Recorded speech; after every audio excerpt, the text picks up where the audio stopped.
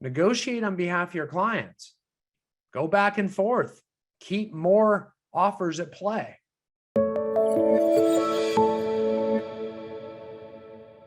These are very, very structured methods for negotiating in real estate. And mainly, I'm going to show you two different models, two that I've used over the years that have been taught to me. And they are two different things, depending on the situation or how I feel things are going, or, even sometimes the market. I do want to discuss this and show you these two models. And the first one I want to talk about is a model called meet in the middle. Now, again, in real estate, or in negotiating, especially, you don't ever really want to meet in the middle. Like, that's just kind of a concession.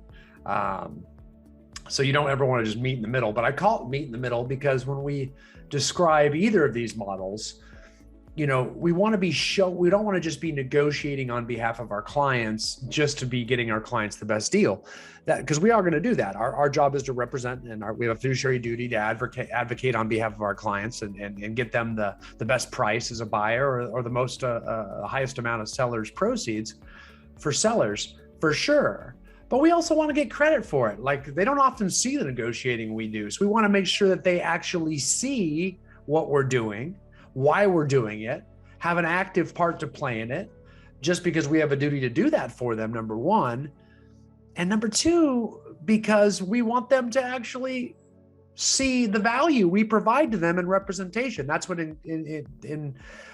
entices them to use us again as a repeat client, or refer us to other people as a referral and get us more business. They'll actually respect us later on in the transaction. They will listen to our advice when they start to see that we might know more than them. So it's very important what I describe to you, the processes and the models and the structure that you're using, that we are able to then turn around and convey what we are doing the same way in a lot of ways to our clients. Because I don't care who you are, there's always someone it's usually the man in the relationship. I always say that always thinks they're the best negotiator. But if you ask them what process they use, it's just gut and instinct. They have no idea. There's no roadmap. You know what I mean? It's very loose at best, and their idea of great negotiation is just hardlining, like, nope, I'm a great negotiator because I say no, so they walk away from tons of opportunity without even knowing it, always thinking they did the best job negotiating, right? And that's ignorance. They don't see a better way. But if you can actually sit down with someone and say, hey, there's actually a method to attack that we're using here, and I'm employing this in this situation, here's why and how, and here's what I'm doing, all of a sudden they're like, oh. Most people have never seen any type of negotiating structure or model ever. Very rarely has anyone ever seen that. I don't care who they are. Even people that claim they've seen it really haven't. I'm not joking. It's that rare. I'm going to show you two today that is extremely rare, even in the real estate industry, for you to see this. So I really want you to, and I want you to pay close attention. The first one, like I said, is called meet in the middle. And the idea is actually not to meet in the middle. It's to avoid meeting in the middle. But we establish where the middle is, and then we slowly try to pull the other side up to your side of the middle, more and more, almost like a tug of war, where you're pulling them closer and closer to you. And they're getting more and more comfortable with you establishing a new middle with each counter back and forth, that you're slowly sliding them your way. And that's the idea to meet in the middle, is to avoid meeting in the middle. It's to keep moving where the middle is, closer to your starting point. Okay, so that's the idea. So let me show you. It's probably easier to show you these models than it is just to tell you about them. Let me show you the meet in the middle model. So in this case, in this hypothetical, we're going to assume that you represent the seller. Okay, and we're going to list the price, or we have the price listed, let's say, at $600,000. Okay, and an offer comes in at $500,000, and that might really upset your seller. Your seller might get very, very upset. Like, I'm offended. I don't even want to respond to that. That makes me angry. Or even worse, you as the agent say, I'm not going to do that. I'm not going to respond to that. That to me, that's the worst representation of the planet. That's not to me. That's just proven. If you have no other offers on a property and you shoo away an offer, that's just bad, lazy behavior as a real estate agent. And there is no ifs, ands, or buts about it. You want to entertain all offers until at least you get one. Because then every time another agent says, hey, do you have an offer? It's yep. You better hurry. You can still beat it though. Now you're in multiple operation situations and you can start to get them playing against each other. That other agent can say, hey, they've already got an offer. So now that their offer has to come in even higher. So for you to shoo away an offer so that you have no offers that you can't use to play and get other offers up is freaking crazy. It's just horrible. So don't get offended or like, I'm just going to blow that off. You always want to get an offer on the table. You get an offer on the table, now it's easy to get those other offers and counter offers up. You actually create a script for the other buyer's agents to get their clients' offers up. Okay. Sometimes we'll drag out that first offer forever, take a long time responding, getting back and forth. We call that dragging offers. We stretch the offers out on the seller side. Even if they say you got 24 hours to respond in a low inventory market, no, you don't. You can say whatever you want, but they're not going anywhere, so you can stretch it out. And for those of you that on the buyer side of that don't like it, well, that's actually what I want you to feel. Welcome to a negotiation. There's a lot of sacrifice and give and take. You're in battle now. If you're just trying to be friendly and work everything out in negotiation, I'm not sure you have the right mindset to advocate on behalf of your clients against an opponent.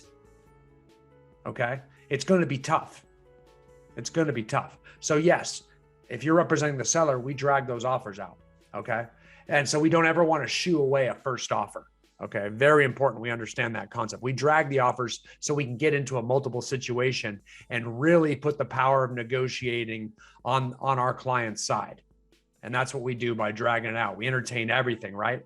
So we explain that, right? We always explain to our clients what we're doing. We drag those offers. We always keep them alive as long as we can. We never rush we never want to say, hey, pound sand, forget it. I just want to teach them a lesson and say, no way. That's just immature thinking. That's not good negotiating. It's impulsive. It's reactive. It's immature. It's not well thought out. It's not logical, and it's not designed to get you the highest amount of seller proceeds. That's for sure. So don't let your clients act foolishly. That's what they hired you for.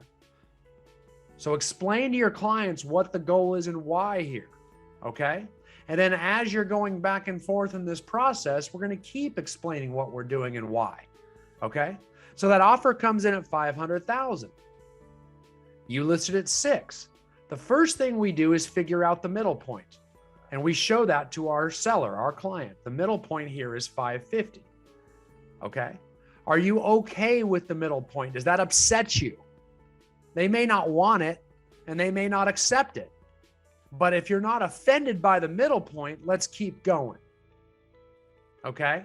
In other words, if the offer came in at 550, would you still be okay to play with this thing?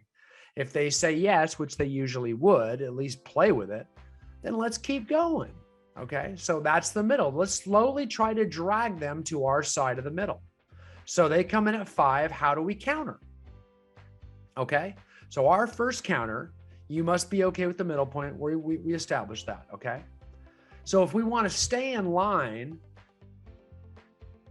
with the middle point of 550, we would offer 575, right? Because we just moved 25. They could come up to 525. And we would still have a middle point of 550. We don't want to do that though. We don't want to meet in the middle. We want to start pulling them our way.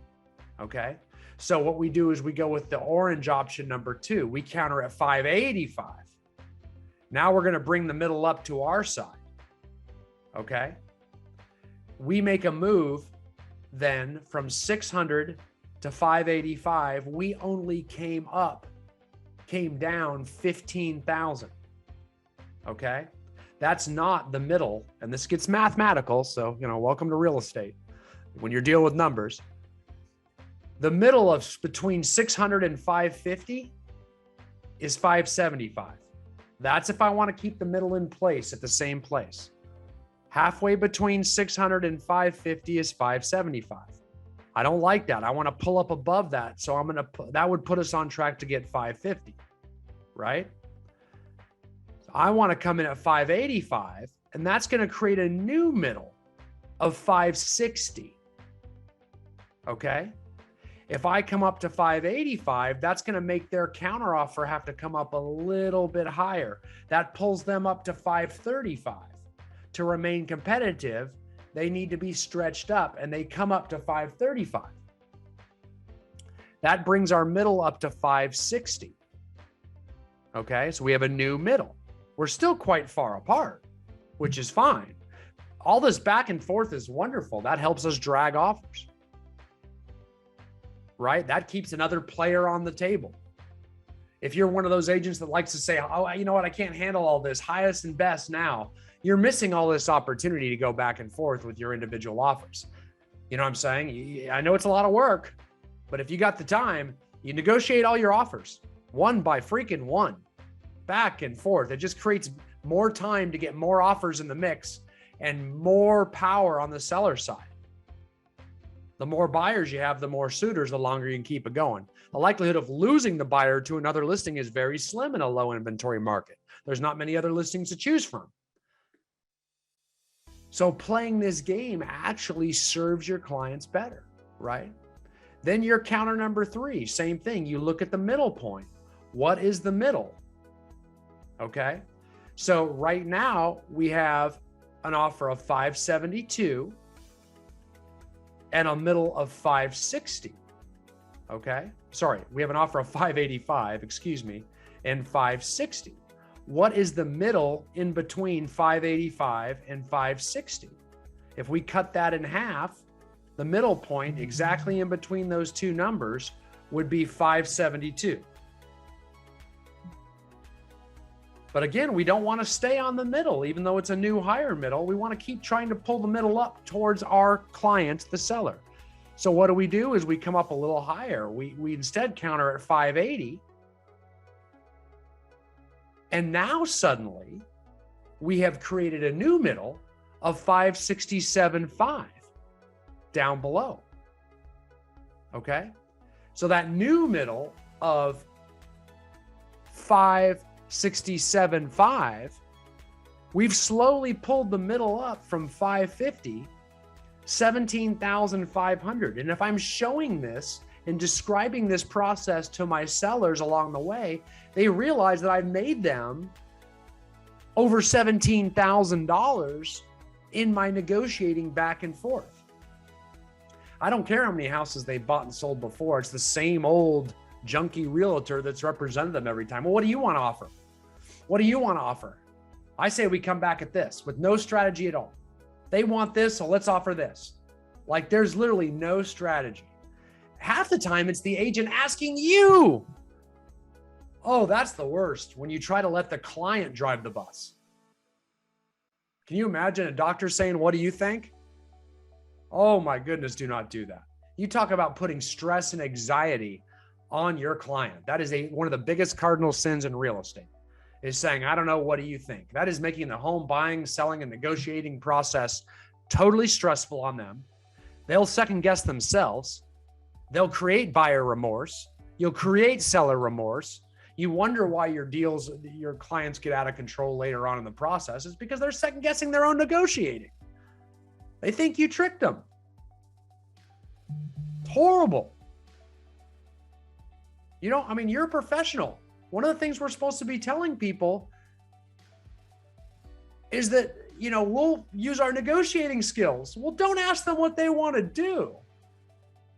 I cannot imagine that. I know tons of clients do it, and they think that they're providing customer service by, I just am blown away as how bad that is. So if you do that, stop. Use a strategy and guide and help your clients. That's what they're paying you for. If you have a hard time like justifying your commission, maybe this is why. Because you really aren't adding value. I think it's time to start. So showing them a process like this, showing them how we don't get stuck in the middle and how we're negotiating on behalf, and keep showing them with each time. Here's what we're doing. Show them the middle point. Show them when that offer comes in. Here's the middle. And if we want to stay on course for that middle price, which I don't think we do, we'd offer this amount. But instead, let's pull it up, and now we're going to create a new middle. And then don't worry, we'll go back. Either they're going to take our price or we're going to have opportunity to pull that middle up further. One of the two is going to happen with each counter. I just showed you 3 counters from one side there. That's not many. And you can go further than that, because we just create a new middle each time. Either they accept our price, so every counter we make, we have to be okay with. They might come up and accept it, especially if more offers jump in the mix, right? When they hear about more offers, we're always telling our client, hey, more people are getting in. You keep countering us. So, but keep it alive, because the more offers we have in play, the stronger the negotiating position for our seller, and the more likely we're going to find buyers that come into the game thinking, I don't want to lose this one. Let's go up and get it. So keep them alive. This highest and best, I get it. You get busy. But boy, if you really want to get the highest amount of proceeds, negotiate on behalf of your clients. Go back and forth. Keep more offers at play. I mean, if you don't have a lot of pending transactions right now, I don't know what you're doing with your time anyway. At least play with them for the sake of your clients. Okay? Now, so the meet in the middle is the first one. And the idea is to keep moving the middle. Keep moving the middle your way and keep showing your work to your sellers. Now, the other way is a little bit more structured. You don't have to be quite as good with math. On that one, you got to keep kind of calculating where the middle point is between your offer and the counter offer, and then trying to drag them up. This next one actually is called, I call it the Eisenhower negotiation method. And that's because my dad taught it to me. And my dad was a real estate broker for more than 50 years, and he's a very, very smart man, highly intelligent, very structured, had a very high C behavior. He had models and structures for everything. And it's kind of interesting because I love this book on negotiating called Never Split the Difference by Chris Voss. And it, you know, although it's not designed for real estate, it's really good general negotiating tactics. I like a lot of it, and a lot of it can be applied to what we're talking about. And he actually references a model that's very similar to my dad's, that it's called the Ackerman model. He doesn't talk about it a lot, but he does talk about it towards the end of the book. So it's very, very similar to the Ackerman model in Chris Voss's book. But my dad's model was wonderful, and I've used it long before that book came out. And so I've kind of seen some similarities there between the two, and it helped. So I'll say the Ackerman model helped influence the way I present it today, because I do like how it was presented by Chris Voss in his book, Never Split the Difference. So without much further ado, I'm going to kind of explain it to you how it works. A little bit more structured, a little less flexibility in it.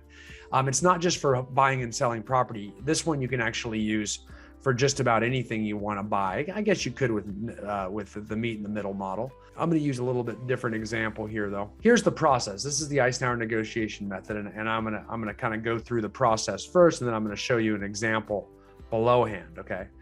The first thing you do, the first step of this one, rather than establishing a middle, is we're going to actually set your price target. Okay. So we're going to set your price target. So if you see a home listed for a certain price, we're going to say, okay, I can't pay that, but I want to pay this amount. Here's the price I want to buy it for. Okay. So your first offer is going to come in at 85% of your target price. Okay. So your first offer, you got your target, and then your first offer is going to come in at 85% of your target price. Okay. So we calculate that ahead of time. Okay.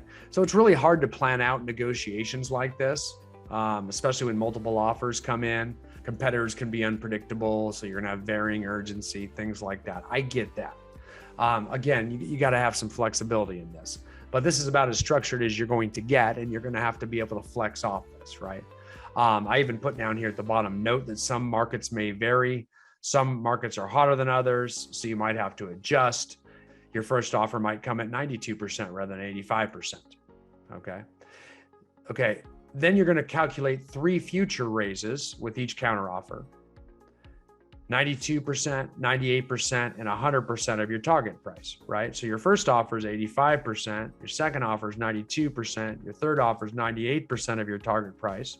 And then it isn't until our 4th counteroffer that we're going to offer the best we can do, 100% of our target price. Okay. So there's really only a 4-step process here. where you're going to have, I mean, yes, we got to set a target goal, but then after that, we're just having 4 counteroffers. And it's the key in your first couple is to keep the offer alive, because you're coming in really low typically, especially in a low inventory housing market, for example, right? So a few points to consider here is we're going to use as much tactical empathy. We've gone over that previously, to say no a lot to get your opponent to counteroffer. Okay, because that's hard. You get a lot of lazy agents out there that don't want to counter low offers. They don't know how to keep it alive. So what you need to try to do is get a lot of no's. Now, I get it. If you're in an area where listings aren't sitting, don't shut down on this, because I do realize there's different markets, different locations. And in some areas, like if you don't go well above offer, asking price, you lose it right off the bat. I get that. That's different. So do that. But again, those are for short periods of time. The majority of time in real estate, it's not that. And there's different types of properties out there. You know what I'm saying? Yes, if you're buying a single family median home price listing, you're probably going to go have to get it in a low inventory market. However, if you're trying to buy an 8-plex, that may not be the case. Or you're trying to negotiate an interest rate on a hard money loan, that may not be the case. There's lots of different ways we negotiate in real estate other than going back and forth with another agent. Please understand that almost everything you do is a negotiation. If not, you're the sucker. Let's put it that way. We learn that a lot as coaches in this industry, how often agents people please to do what other people want because they think it's customer service when they're really losing a negotiation. Like they're giving deals to their lender friend without getting any compensation or anything like that for marketing and things like that. It's the agent's the sucker, happens all the time. And most agents never learn that until they get a coach. There's my shameless plug. So with that being said, as we keep moving, use a precise non-round number in your final 100% offer. This one's real important. Okay. So don't come in at 240,000 with your final offer, for example. Make it 237,893, or at least 237, 890 or something like that, because that shows you really, really did some serious calculating and you really, really thought it out. Like, this is as high as I can freaking go. There's another penny left in me. But if you leave things on the table like 240, that makes me think, okay, at least we can squeak another 1,000 out of you. Your final offer needs to be your final offer, or you're not going to get the property for your goal. You're going to start selling your goal short.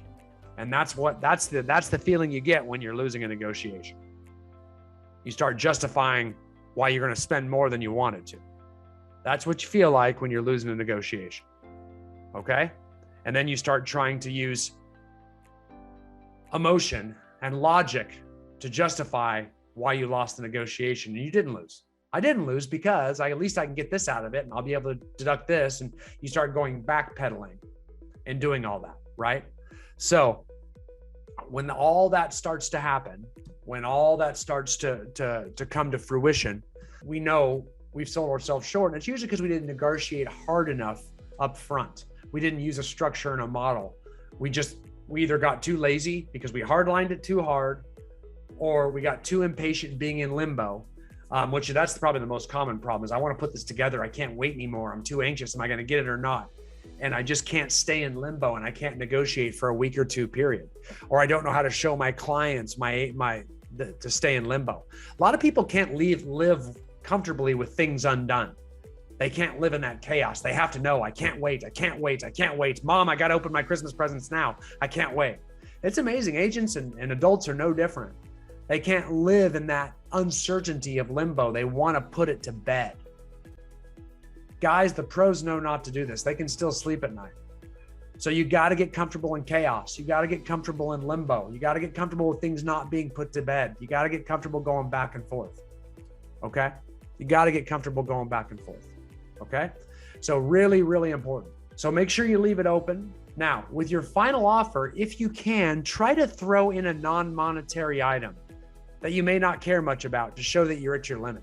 Right? So if I'm representing the seller, maybe I throw in the barbecue. Hey, you know what? I'll leave the above ground spa for you. Or you tell them, hey, maybe they can take something, like maybe they can have the refrigerator, or they can have the stove, or hey, we'll let them rent back for free, or we'll try to throw something like that in only at the very end. Okay, that shows you're trying so hard, and it really softens the other side.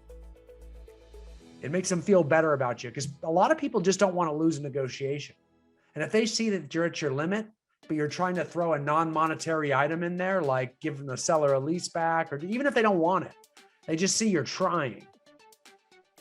It's amazing what that does. So when you're at that 100% offer, throw it in.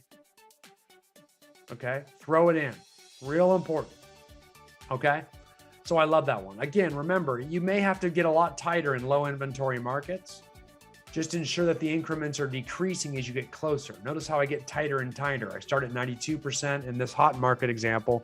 Then I go to 96, and then I go to 98, 98.5, then I go to 100. The increments in between them are getting smaller. See, this is 4% difference. Then we have a 2.5% difference. And then we have only a 1.5% difference. So the increments in between my counters are decreasing as I get closer to the target. Up here, they were spread out even more. We had a 7% difference between 85 and 92, then a 6%, and then a 2%. I get tighter and tighter as I get closer. That's the key. Let's say I'm buying a triplex for $500,000. Okay. I set a target price of $450,000. Can you imagine coming in at my initial offer of 85% of that, $382,500? I mean, that's going to really tick some people off. So you got to do everything you can to keep it alive. Hey, just counter me. I don't care where you counter. Just counter me. I don't care if you only come off $5,000. Counter me. Keep it alive for me. Because you're going to see agents. I don't even want to deal with it. It's too low. Why the hell not? I don't get it. It just blows my mind. Keep it alive. Get the other person to keep it alive. That's your goal, is to keep it alive. It'll help me bring them up. So please keep it alive. Because that's the hard part right there. Because they're going to offend with that. So keep it alive. Tell them just come off a little. It's a triplex, like I said, so it's not that crazy. There aren't, owner occupants trying to buy triplexes very often. It does happen, but not very often. But it's crazy in this market, in the low inventory market at least. Then we're going to come up to 92% of our target. Now it's at 414. Still going to tick them off. Keep it alive. Just come down a little bit for me. So they sneak down a little bit more. They're barely moving. I mean, they started at 500,000. They're only off 15,000. But look how far I'm moving. I'm moving a lot. My counter now, I'm going to jump to 98%, 441, because my increments are getting smaller, but I'm really, 441, man, I've moved almost $60,000. They've only moved 15. They are going to start to feel like they're making progress because of that. See what I'm saying? So again, keep it alive, guys. Do what you can. They just come down another 10. That's it, 475. That's when down below, I'm going to come in at my final offer at 100% of my target, which is 450. But again, I make it a weird number, 449, 357, to show maybe I say, hey, you guys can stay in there. We can do, we can close in 45 days, 60 days, gives you extra time to find a replacement property. We can lease it back, whatever you got to do. Tell them they can keep something. They can keep 1 month's of rents if it's a triplex, whatever. They can keep the prorated rent. They can keep the security deposit, whatever you got to do. Throw in something tiny that does not affect price to show that you're trying as hard as you can. Because you're not too far apart there, right? I mean, you're at 475 and they're down there at, 450 roughly. You're only 25 grand apart. You've kept it alive by starting very, very low. So the Eisenhower model does work at doing that. Just remember your steps, come in. And if you show this up front, again, we must show our work, right? Real important that we get in there and we show what we're trying to do, okay? Really, really important is we're going to explain to them, hey, we're going to use this method in this scenario. The whole key up front is to try to keep it alive. We might lose them and have to restart over with a meet in the middle type of argument, right? Then we're going to have to get real and make an offer that's closer to keep it alive and start over. But quite frankly, even if they don't counter you and you have to write a new offer that's higher, you can just adjust your Eisenhower method to a tighter method, right? To that low inventory hot market method. Maybe we can't come in at 85% of my target. Maybe we have to start at 92%. So a new offer is really just like a counter offer. We just come in a little higher. It's no different. Hopefully that makes sense. But that's the difference, is we have a pre-prescribed system of decreasing increments where we kind of know where we're going to go, so long as the agent's able to keep the deal alive with the other agent. And oftentimes you'll come in and just say, hey guys, my guys are going to have to feel like that they're trying. So don't disregard the first two offers. Keep them alive. Just give me soft counters back that are almost nominal in value just to keep this alive. And you'll start to see, as long as you keep it alive, those sellers will come down because they'll see your movement and they will come down. And that's the key. Now, with that being said, I see a question in here. When somebody asks for best and final, that's tough, because to me that doesn't fall, when a seller asks for best and final, we got to know how many offers there are. So I'm going to want to ask, how many offers are there, because how many times you go back and forth in this market? I mean, usually best and final, it just depends. Like if there's a lot of offers, that's the only time I would even consider doing best and finals. We got tons of offers. It's just too hard to counter every single one of them. Oftentimes your seller will say, I don't want to do that. I don't want to do that. It's just too much stress on them to handle. I mean, I know they'd make a lot more money if you negotiated each one of them individually. You could get a lot higher seller proceeds if you did that. But the seller just doesn't want to go through that stress. They can't take being in limbo that long. And I tell them that. I just say, hey, I probably do better if we just negotiate each one of these. It's going to be a lot of stress on you because I got to go over all these with you, and I got to tell you what I'm doing and make sure you're okay with it. I can't just start picking numbers for you. That's about one of the few things I'm allowed to actually do without your approval, is I got to present all these offers and get your okay with any counters I make. Because if they accept them, that's the price we take. So quite frankly, there's no way that anyone could argue that doing it this way isn't going to be more effective. However, there's a lot of them just say, I just can't handle that stress, man. I want to put this to bed and know what I'm doing. So if that's the case, they'll go highest and best. And in that case, it depends. I mean, how many times they're going to go back and forth on that? It's hard to tell. The more offers they have, that's usually highest and best, and they're going to pick one of them. That's usually what happens. There is sometimes where they say highest and best, and they don't mean that. They still can't decide. Everybody puts their best up and they don't know. So they do it again, another round of it. It's just hard to tell when that's going to happen. So you almost have to always just kind of consider highest and best as your last shot. Like you better put your best foot forward because that's your last chance, because it could be. They might accept one of them. And I think more often than not, they do. But there are those chances where they see two that are really close and they just do it all again. Sometimes they do it all again to everybody. Sometimes they do it all again to just the two that were closest. Again, I don't know why you wouldn't do it all again to everybody. Just more people that possibly come up and get a chance at it. And I'd tell each one of them that needs to get up how to get up higher. Get up higher. You were way too low. You weren't even in the mix. So this time you better go higher, a lot higher, to be considered. I'd tell everybody that. Why? It gets a higher price for my seller. That's my job. That's my fiduciary duty, is get a higher price for my seller. So going out there and saying it, that's how you do it. So that's the hard part. It's hard to tell how many times they're going to have you go highest and best, but I would treat each time as if it's your last chance. Because more often than not, it is your last chance. And you can't really predict when it's not going to be. It just depends if someone else comes up there with you. I just know the more offers on the table, the increased likelihood that is the case, if that makes sense.